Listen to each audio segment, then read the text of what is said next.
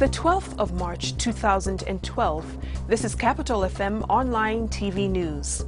In the headlines, UK Minister in charge of ICC due in Nairobi next week.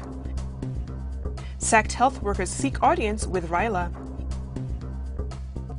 Police question 4 over Nairobi terror attacks. And Chief of Defense Forces says Kenya will take up 16 top positions in AMISOM.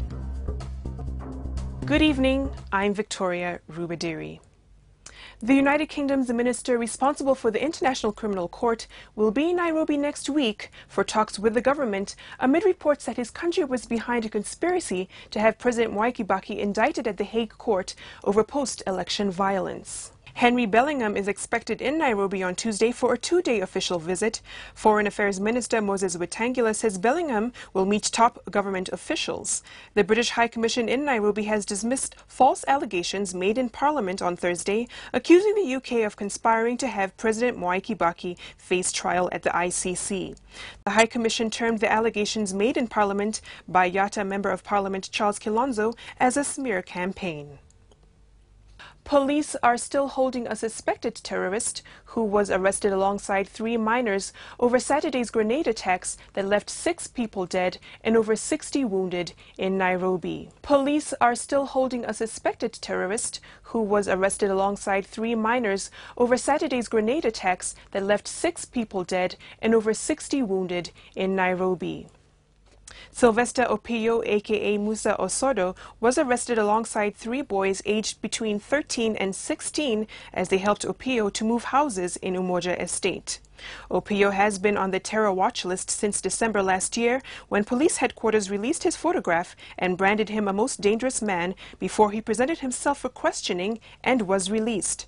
Nairobi PPO Anthony Kibuchi has confirmed the suspects are being interrogated in investigations seeking to establish perpetrators of the Saturday grenade attacks at Machakos bus station.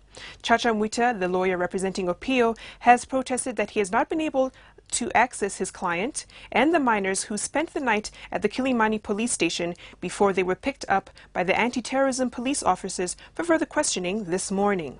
Mwita says the minors, some of whom are in Form 1, were interrogated in the absence of a lawyer or a guardian as required by the Children's Act.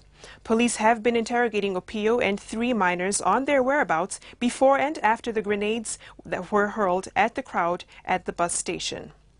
The standoff between health professionals and the government continued today, with their representatives trying to unsuccessfully seek audience with Prime Minister Raila Odinga and Medical Services Minister Anyang' Nyong'o. One team, led by the National Nurses Association of Kenya Treasurer Jeremiah Maina, camped at the PM's office for 4 hours before joining their striking colleagues at Uhuru Park, where they chanted slogans expressing their solidarity. Speaking to Capital TV, Maina said they will not be cowed or intimidated by sack threats. National Chairman Luke Kodambo urged nurses who received sacking letters not to panic. The Union of Kenya Civil Servants Secretary General Tom Odege, who was at the Ministry of Health headquarters, urged the government to resume the dialogue. The more they continue giving us threats, the more they are pouring petrol in the fire. Watu wataendelea kuja. Mumejionea nyinyi wenyewe. I hope the cameras were able to span up to the back.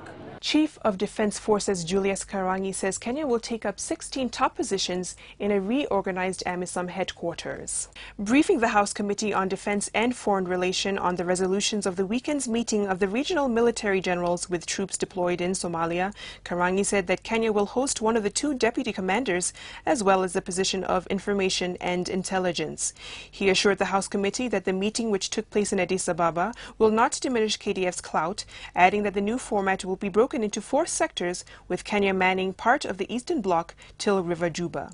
Karangi said that the process of rehatting in the AMISOM, whose mandate ends in October, was ratified by the UN Security Council in February. Kenyan troops entered Somalia in pursuit of Al-Shabaab in October last year. And that does it for our stories of the day. Thank you for joining us. I'm Victoria Rubadiri.